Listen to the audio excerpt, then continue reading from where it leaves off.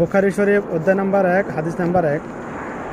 এই হাদিসটা বুখারী শরীফে 1 নম্বর অধ্যায় 1 নম্বর হাদিস আনার পিছনে অনেকগুলো কারণ আছে। হাদিসটা হলো ইন্নামাল আমালু বিন্নিয়াত। হাদিসটা উমর ইবনে খাত্তাব রাদিয়াল্লাহু আনহু হতে বর্ণিত। ইন্নামাল আমালু বিন্নিয়াত অর্থাৎ যাবতীয় সমস্ত কাজের ফলাফল নিয়তের উপর নির্ভরশীল। আপনি যে কাজে করুন না কেন, প্রত্যেক কাজের ফলাফল নিয়তের উপর নির্ভরশীল। তো এরই পরিপ্রেক্ষিতে এই হাদিসটার উপর আমল করা, অর্থাৎ এই হাদিসটার উপর আমল করা এটা ওয়াজিব। কারণ আপনার নিয়ত যদি ঠিক থাকে সব কিছু ঠিক, নিয়ত যদি ঠিক থাকে কোনো কিছুই ঠিক নেই। যেমন আপনি একটা ভালো কাজ করতেছেন, কাউকে 10 টাকা দান করেছেন, আপনার নিয়ত যদি ঠিক করতে পারেন তাহলে এই দানের বিনিময়ে আখিরাতে আপনি অবশ্যই পাবেন ইনশাআল্লাহ।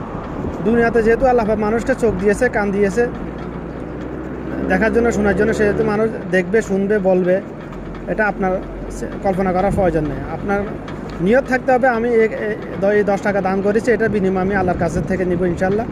শুধু এই নিয়তটুকু করতে হবে আপনাকে। কিন্তু কলবের ভিতর মানুষ লোক দেখানোর নিয়ত মানুষ ইচ্ছাকৃতভাবে করে না, শয়তান কলবের ভিতরে লোক দেখানোর নিয়তগুলো ঢুকায়। শয়তানের কাজে এটা, লোক দেখানো ইবাদত দিয়ে মানুষকে জাহান্নামে নিয়ে যাবে। এখন বর্তমান যুগের বেশিরভাগ মানুষকে লোক দেখা যতটুকু জাহান্নামে নিয়ে যাবে না, বেশিরভাগ নামাজ ছেড়ে দেওয়ার কারণে, নামাজ পড়তেছে, রোজাও রাখতেছে, কিন্তু বেশিরভাগ মানুষকে শয়তান জাহান্নামে নিয়ে যাবে লোক দেখানো ইবাদতের কারণে। কারণ লোক দেখানো ইবাদত এটা যে শিরিক অন্তর্ভুক্ত, এটা বেশিরভাগ মুসলমান এটা গুনাহ মনে করে না। এটাকে হাদিসে স্পষ্ট লোক দেখানো ইবাদতকে শিরিকের অন্তর্ভুক্ত বলেছে। এর পরিপ্রেক্ষিতে বর্তমান যুগে বেশিরভাগ মানুষকে সোশ্যাল মিডিয়ার কারণে বেশিরভাগ ক্ষেত্রে, আজ থেকে 20 বছর আগে মানুষ দান সদকা করতে হতো, তখন কিন্তু লোক দেখানো ছিল না। তখন বর্তমানে মানুষ দান সদকা আগের থেকে অনেক বেশি করে, কিন্তু এখন বেশিরভাগ ক্ষেত্রে লোক দেখানো, রিয়া, মানুষকে দেখানোর জন্য, যেটা সোশ্যাল মিডিয়ার দ্বারা প্রকাশ্যে প্রমাণিত হইতেছে। এটা আপনার দানকৃত অর্থ আপনি 10 টাকা দান করেছেন, এটার বিনিয়োগ, এটা যদি লোক দেখানো হয়, এটা রসুলে জাহান্নামে যাওয়ার জন্য এতটুকু উসুলে যথেষ্ট, যদি আল্লাহ মাফ না করে। নির্দিষ্ট সময়কাল পর্যন্ত জাহান্নামে থাকার জন্য এতটুকু একটা লোক দেখানো ইবাদতে যথেষ্ট একজন মুসলমানের জন্য। তো আমাদের সর্বোপরি এই হাদিসের উপর আমল করতে হবে। আমাদের আগে নিয়ত সহি শুদ্ধ করতে হবে। নিয়ত মানে কি? মুখে সিলে এটা নিয়ত না। নিয়ত মানে কি? অন্তরের কল্পনা, মানুষের কলবের সাথে আল্লাহ পাকের কুদরতি আলেমের সাথে সরাসরি সম্পর্ক, ডাইরেক্ট সম্পর্ক। নিয়ত মানে মুখে চিল্লাইয়া না আমায় তুয়া নুসলিয়া ইল্লাহি তাআলা, এটাকে নিয়ত বলে না। নিয়ত মানে অন্তরের কল্পনা, অন্তরের পরিকল্পনা।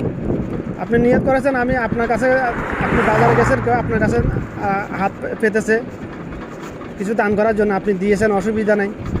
তবে আপনার কলবের মধ্যে নিয়ত কল্পনা থাকতে হবে, এই দানের বিনিময়ে আমি আল্লাহর কাছ থেকে চাই।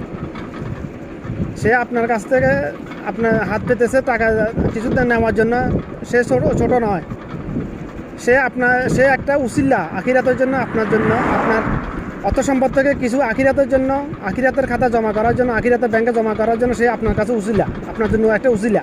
আল্লাহ পাক তাকে আপনার কাছে পাঠিয়েছে উসিলা হিসাবে। তো আপনি তাকে কখনো ছোট করে দেখবেন না ইনশাআল্লাহ। যখনই আপনাকে কেউ হাত পাতবে, কিছু চাইবে, যতটুকু সম্ভব, যতটুকু সামর্থ্য হয় দান করার চেষ্টা করবেন ইনশাআল্লাহ। দৈনিক 10 টাকা না হলে দৈনিক 1 টাকা করে হলেও দান করবেন।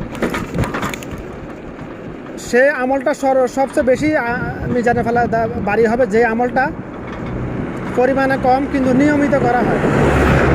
অর্থাৎ আপনি নিয়মিত 1 টাকা করে দান করলেন, সেই আমলটা মিজানে ফেলা অনেক বেশি বাড়ি হবে। আপনি নিয়মিত শুধুমাত্র খুশুর সহিত একবার সূরা ইখলাস পাঠ করবেন প্রতিদিন, দৈনিক মিনিমাম একবার করে হলেও আপনি নিয়মিত কোরআন তেলাওয়াতকারী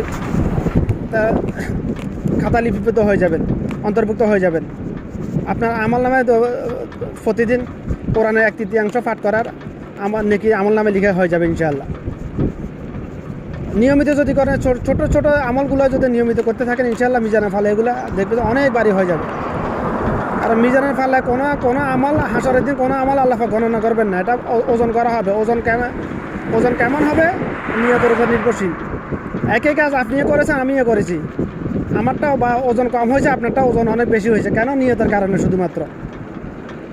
আপনি 1 কোটি কোটি টাকা দান করেছেন, আমি 1 টাকা দান করেছি, কিন্তু আপনার কোটি টাকা দানের উসুলে হয়তো আপনি জাহান্নামে যাবেন।